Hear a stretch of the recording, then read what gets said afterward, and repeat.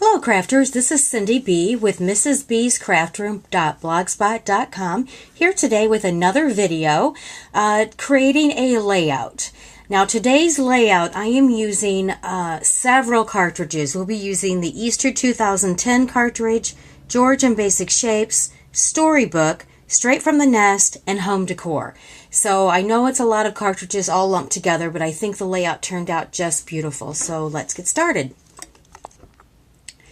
Okay, so on the Gypsy here, I have the first page of the layout. And what I've done is each page represents the part of the layout. So on page, let's go to page 1. And I've got all my little eyeballs on so we can see the items underneath each page. So on the first page, what I've done, using George and Basic Shapes, I've gone in and selected a rectangle, two rectangles. The first rectangle is sized at 8.67 by 11.30. The second rectangle is sized at 11.77 by 2.33. So make sure, let's see, no, I do have the ratio buttons on those. So those will work with the ratio buttons on. What I've done is I have put the two pieces of the larger rectangle and the smaller rectangle side by side, and that'll be the base of the layout.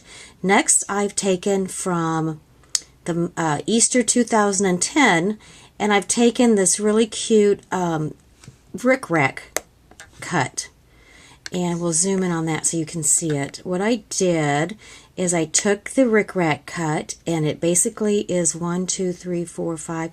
There we go. See it? It moved. What I did is I made several copies of those, and I linked those together, then grouped them so they're all grouped together, and then welded those. So when I go into my Advanced tab and select the eye feature, I can see that the rickrack will be all cut as one long piece instead of individual pieces. So I love that feature with the Gypsy. I just love it. So what I've done, let's see, let's get that back. Oops, got to turn my little eye off. Okay. So I've moved the rickrack over here along the two intersections where the large rectangle and the smaller rectangle intersect. Then on the second layer, I have created my own circle cutout. What I've done is I've taken two shapes from George and Basic Shapes, two circles, and basically what I did is I just put one circle the size that I wanted. So the first circle is cut at 17.29 by 15.21, and then I copied that circle. Let's go ahead and get that back over here. I copied that circle. Oh, it's not going to let me do that. And made the inner circle a little bit smaller than that one. So I think I need to ungroup those. Okay, so now I can move it around. So I made the inner circle 10.52 by 9.82. Now I've grouped those together, which by touching the group feature and then touching both lines and then touching the group feature again to turn off the group feature, so only these items are grouped and they move together and then that's the way I cut out the circle part of the layout. Then if I go to layer 3, this is where the fun stuff came in. The flourishes I created using the Storybook cartridge, and I actually have 3, if I can separate these out, let's ungroup them. I actually have 3 pieces to this. So I have 2 of the same cut and 1 that's different. And what I did is I basically grouped these together in such a fashion so that they would touch, so that when I welded them, they would all cut. So if I wanted to group those 3, if I liked how that looked, then I would select the group feature and touch each selection that I'd like to have grouped. Once they're all blue, then I would turn off the group feature so that they're all together here in the same cut. Now once I have the first scallop created, I then would use the copy feature on the Advanced tab, copy that to make a second scallop, and that's where I came up with the second scallop for the bottom part of the layout. Okay, so it's pretty simple when you break it down piece by piece. Okay, then the flowers here.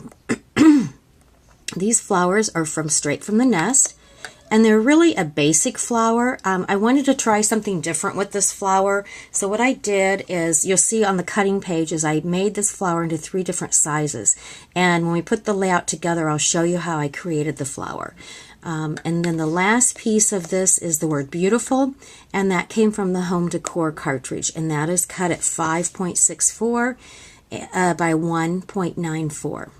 Okay, so then if I go to layer 4, which is now where I'll be cutting all of my pieces, I've got all of my flowers here. So the first flower size is 1.60 by 1.59. The second flower size is 1.40 by 1.39. And the third flower size is 1.20 by 1.19. That way they'll layer inside of each other.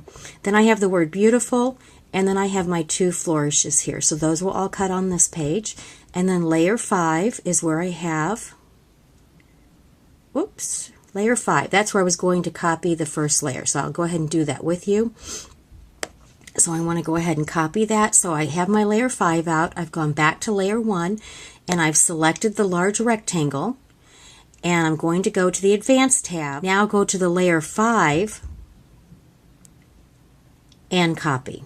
And then my rectangle shows up there. Now I want to go ahead and go back to the first layer again and select that, let's move that one, the smaller rectangle. I'm going to go to layer 5 and I'm going to copy, and there's my smaller rectangle. Then back to layer 1, select the rickrack, back to layer 5, and paste it. That way I can cut these particular items out on this page also without having to rearrange layer 1, which is the background for this. But there we go.